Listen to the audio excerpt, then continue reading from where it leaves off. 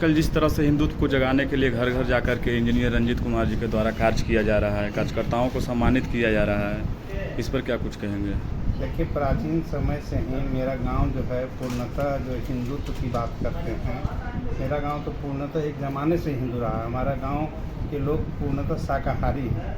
हम आध्यात्मिक रूप से इन चीज़ों को, और मेरे गांव में हर एक घर में आज के डेट में आपको एक आदमी पूजा करने वाला जरूर बताइए। हमारे गांव में प्रत्येक घर में आपको एक आदमी ज़रूर आज ऐसा मिल जाएगा जो रामचरितमानस का पर डे अध्ययन करता है। और मेरे जो ठाकुरवाड़ी है देवी मंदिर, वहाँ प्रत्येक मंगलवार को सामूहिक रूप से हनुमान जी का, शंकर जी का पूरा भजन कीर्तन होता है। ये अच्छी बात है। मैं तो 1984 से हिस्वा में पढ़ा हूँ। रंजीत जी उस समय पढ़ते थे। हम दोनों में उतनी जान पहचान उतनी नहीं थी।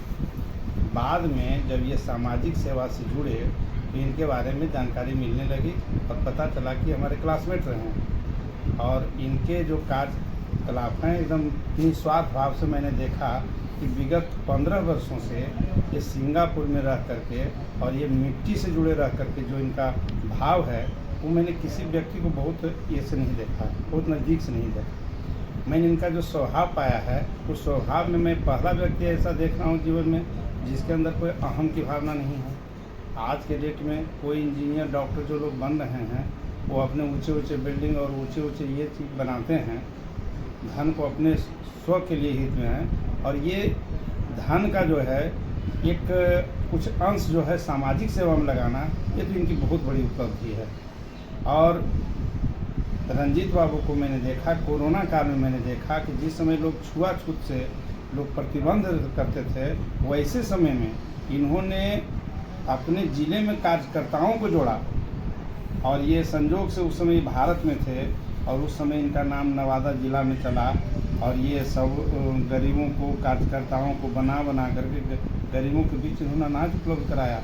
ये 2020 में जो सरकार सोचती नहीं थी, उन्होंने अपने ये व्यक्तिगत घर के पैसे से ये काम इन्होंने किया। इससे बड़ी मानव सेवा क्या हो सकती है?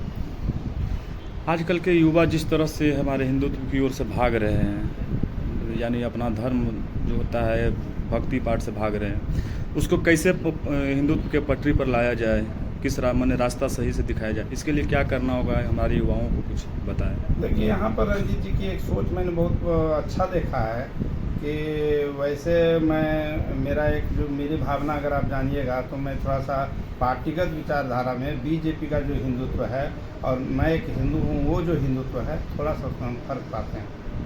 तो इन चीज़ों को विवाद में रंजीत जी को हम नहीं लाते हैं क्योंकि वो एक अलग सी चीज़ है। लेकिन स्वाभाविक रूप से मैंने जो आज युवाओं के बीच रंजीत बाबू को जब भी समय मैंने देखा, पिछले साल भी मैं इनके कार्यक्रम में कुछ जगह गया था और इस साल भी मैंने स्वयं से इच्छा प्रकट की कि आप जहाँ जहाँ जाइएगा हमको भी लेते चलिएगा।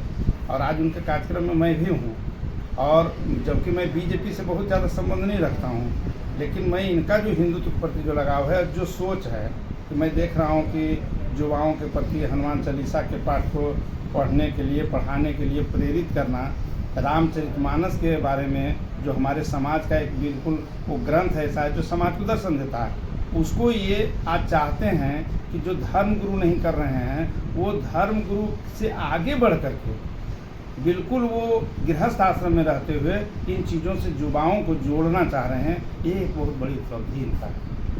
अभी प्रेजेंट टाइम में नवादा लोकसभा की राजनीति को कैसे देखते हैं?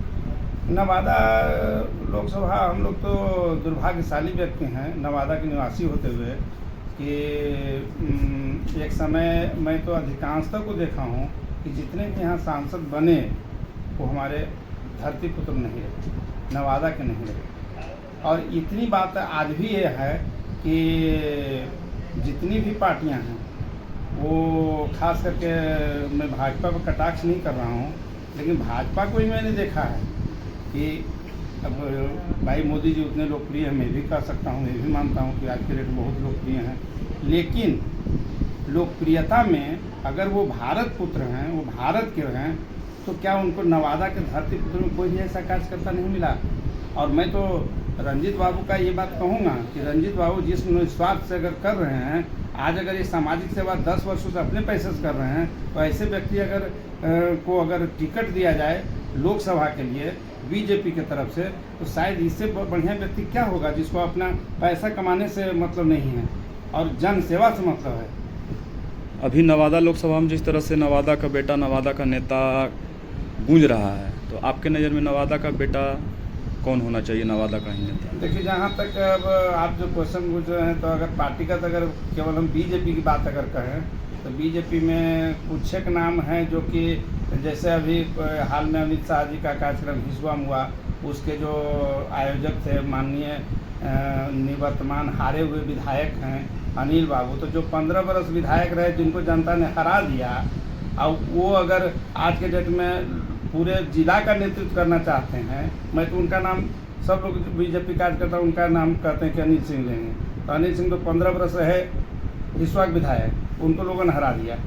तो जिनको विधायक में हरा दिया 15 बरस काम करने के बाद, वो क्या लोकसभा में क्या कर पाएंगे? ये तो सोचने की बात है। तो हम तो समझते हैं कि आज के डेट में बीजेपी के पास या तो कार्यकर्ता है ही नहीं, और अगर आप जैसे बात बोले कि आज रंजीत जी को मैं देख रहा हूँ, जितने लोग इनके साथ घूम रहे हैं, गांव-गांव में कार्यकर्ता घूम रहे हैं, तो चाहिए पार्टी को कि ऐसे लोगों को जो निस्वार्थ भाव से जन सेवा में जुड़ा हुआ है, ऐसे लोगों को टिकट दे। और नवादा के बेटा जो, और क्या हो सकता है, बेटा तो आजकल लोग कमाने जाता है तो उधर का ही रह जाता है अमेरिका और इंग्लैंड में, और ये तो सिंगापुर में रहते हुए पैसा कमा करके और यहाँ जो है सो ये जन सेवा में लगे हुए हैं। तो इनसे बेहतर उम्मीदवार तो बीजेपी को मिल ही नहीं सकता है। यानी नवादा का बेटा इंजीनियर रंजीत कुमार जी होना चाहिए नेता? बिल्कुल बिल्कुल होना चाहिए, मैं 100% इससे सहमत हूँ। धन्यवाद। बिहार राज्य की हर एक छोटी बड़ी खबरों से अपडेट रहने के लिए DL भारत न्यूज़ को लाइक व सब्सक्राइब करें।